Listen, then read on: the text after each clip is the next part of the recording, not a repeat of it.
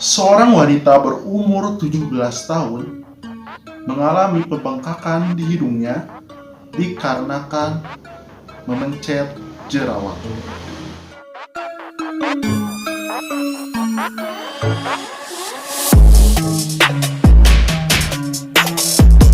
Halo teman-teman, kembali lagi dengan saya Deden Nitaul Hidayat. Jadi di video kali ini saya mau membahas tentang bahaya memencet jerawat serta jerawat yang bisa dipencet itu seperti apa sih? Hayo, siapa di sini yang sering memencet jerawatnya? Nah, buat teman-teman yang sering memencet jerawat, itu harus kalian perhatikan dan harus kalian ketahui bahwa dengan memencet jerawat itu justru akan lebih memperparah jerawat kalian, guys. Meskipun pemencetan jerawat itu dianjurkan, tetapi harus dengan prinsip-prinsip yang steril yang pastinya dilakukan oleh dokter kulit atau oleh perawat kulit. Lalu apa saja sih bahaya dari memencet jerawat? Oke guys, jadi memencet jerawat itu sangat bahaya sekali. Dan tadi salah satu contohnya yang ada di berita bahwa salah seorang wanita mengalami pembengkakan yang parah di bagian hidungnya karena memencet jerawat di bagian hidung. Kemudian juga ada berita yang mengatakan orang yang memencet jerawat terkena infeksi di otak. Sebegitu parahkah? Perlu diketahui bahwa ketika kita memencet jerawat kita, itu tidak menyebabkan jerawat kita hilang. Namun justru, jerawat kita berubah menjadi luka yang terbuka. Dikarenakan lukanya terbuka, maka otomatis bakteri dan kuman-kuman mudah masuk ke dalam luka tersebut. Yang nantinya ini bisa menyebabkan infeksi yang lebih parah lagi. Sehingga jerawat pun akan lebih banyak, kemudian jerawat pun akan lebih besar, dan jerawat pun akan lebih parah. Bahkan bekas jerawatnya pun itu tidak akan hilang atau permanen di wajah kita. Selain itu juga, bahaya dari memencet jerawat ini bisa menyebar ke bagian otak kita, mata kita. Seperti yang dialami wanita 17 tahun tadi. Ia mengalami pembengkakan di bagian hidungnya sehingga menyebabkan matanya itu tidak bisa melihat atau katarak. Dan ada juga yang menyebabkan infeksi di bagian otaknya.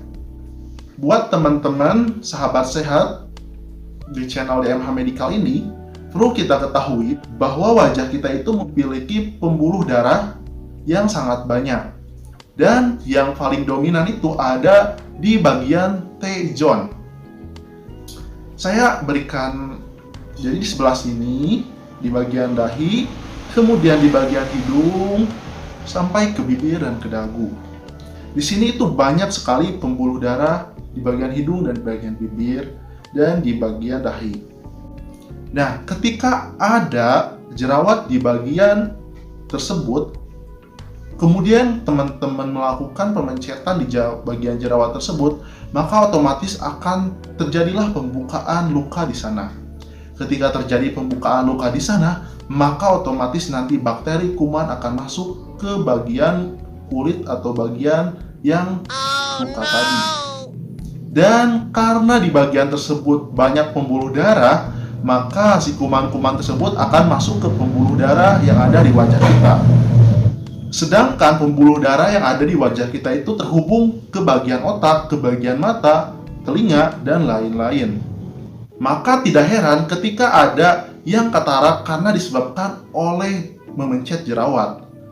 Yaitu dia, karena pembuluh darah tadi terinfeksi bakteri yang membawa infeksi tersebut ke bagian otak atau ke bagian pembuluh darah mata kita.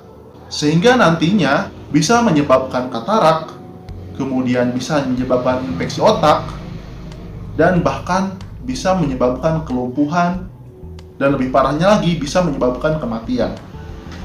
Oke, jadi buat teman-teman, kalau sedang mempunyai jerawat di wajah, saran dari saya, silahkan teman-teman jika sudah merasa terganggu dan stres oleh jerawat teman-teman, silahkan bawa ke klinik kesehatan atau kecantikan. Atau bisa juga dibawa ke dokter kulit untuk ditangani lebih lanjut dan lebih aman. Tapi jika teman-teman tidak bisa ke klinik, saya mempunyai tips buat teman-teman supaya ketika memencet jerawat teman-teman itu tidak menyebabkan infeksi. Jadi, ketika teman-teman hendak memencet jerawat, si jerawat tersebut sebelumnya harus diolesi obat jerawat, sehingga nanti jerawatnya itu sudah mulai membaik, atau penyumbatan di bagian folikel kulit kita itu yang menyebabkan jerawat itu sudah tidak ada lagi, sehingga nantinya ketika jerawat sudah agak membaik dan terlihat sudah agak kering, kalian bisa memencetnya. Tetapi hal itu juga sangat beresiko, dan yang lebih aman yaitu tadi, membawanya ke klinik kecantikan atau kesehatan. Nah, itu saja video kali ini. Semoga bermanfaat dan semoga bisa menambah informasi kepada teman-teman semua. Oke, buat teman-teman yang belum subscribe, silahkan subscribe dulu. Dan jika teman-teman suka, silahkan like dan komen untuk memberikan ide-ide lain yang akan saya bahas di video selanjutnya.